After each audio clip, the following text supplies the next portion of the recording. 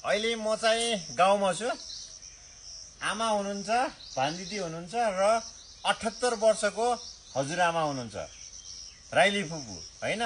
बुवाकी पनि फुपू, मेरी पनि फुपू र मेरो बाबुको पनि फुपू है। सबैले चाहिँ चिन्ने भनेको एउटै शब्द हो, राइली फुपू है। उहाँ चाहिँ 78 वर्षको हुनुभयो। यो 78 वर्षमा चाहिँ यति एक्टिभ हुनुहुन्छ, यहाँ हिँडेर नै धेरै ठाउँ जानुहुन्छ क्या, गाडी धेरै चढ्नुहुन्न हो कि नै फुपू? कतिसम्म हिँड्न सक्नुहुन्छ अहिले भन्नुहोस्? तुलसीपुरसम्म। तुलसीपुर यहाँदेखि लगभग 12 किलोमिटर छ। अहिले पनि 12 किलोमिटर उहाँ हिँड्न सक्नुहुन्छ। के खानुहुन्छ?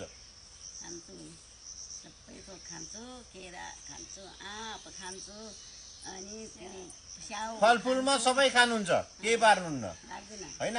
माछा मासु नखाएको कति वर्ष भयो? लगभग 30 वर्ष। माछा मासु नखाएको 30 वर्ष भयो होइन। त्यस पछाडि उहाँ फेरि एकदमै के गरेर रुचाउनुहुन्छ? गरेर नाच्न रुचाउनुहुन्छ हो कि नै? खुसियाली। जो धेरै नाच्यो ऊ धेरै बाँच्यो हो नि फुपू? हो है। त्यस पछाडि यति अब उहाँको कुरा म छोडिदिन्छु, केही पनि भन्दैन होइन। तपाईँ भेट भएपछि कुरा सुन्नुला। तपाईँका दिन रात महिना र वर्ष गए थाहा पाउनुहुन्न है। उहाँका कुरा सुन्दा सुन्दा यति मिठा गफ गर्नुहुन्छ। उहाँले कहाँ घुम्नु भएको छ इन्डियाको भन्नुहोस्? सारा कहीँ बाँकी छैन। इन्डिया कुना कुना, कोही तिरुपति बालाजी, रामेश्वर, द्वारिका, कामञ्चल, जगन्नाथ, पुरी, बद्रीनारायण, जहाँ कहीँ खाली छैन। किष्किन्ध्या, जहाँ सुनि बाली सुग्रीवको त्यो कथा आउँछ नि रामायण, तिमी सबै घुमेछौ। इन्डिया सबै घुमिसक्नुभयो। नेपालको के कुरा गरौँ? नेपालका पनि कुरै छैनन्, सबै घुमिसके।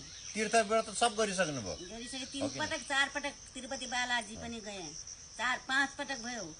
अनि रामेश्वरम त्यस्तै भयो, 4 पटक रामेश्वर, द्वारकाधीश 2 पटक। मेरो त घुमे जिन्दगानी त्यही तीर्थ बस्दैमा गयो। अनि भन्नुहोस्, एउटा सन्देश दिनुहोस् के राम्रो। 78 वर्षको भइसक्नुभयो होइन? 50-60 वर्षको उमेर पुगिसकेपछि के गर्ने त जिन्दगीमा?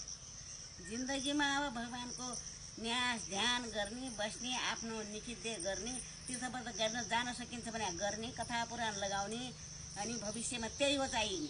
यहाँ बसेर कुनै केही फाइदा छैन। त्यसै बसेर नयाँ नयाँ ठाउँ घुम्नु पर्यो, जानु पर्यो। कसैको केही बिगार्नु भएन।